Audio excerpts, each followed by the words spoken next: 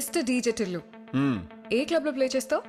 ఈ క్లబ్స్ అంతట్లో ప్లే చేయ నేను. స్టూపిడ్ ఫెలోస్ ఇల్లు మందంతా మాంకలమ్మ జాతర, బోనాలు, సారీ ఫంక్షన్, స్క్రాచ్ ఉంటది మొత్తం.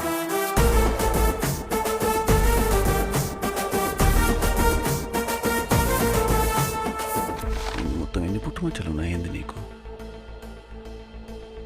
16. స్వీట్ 16.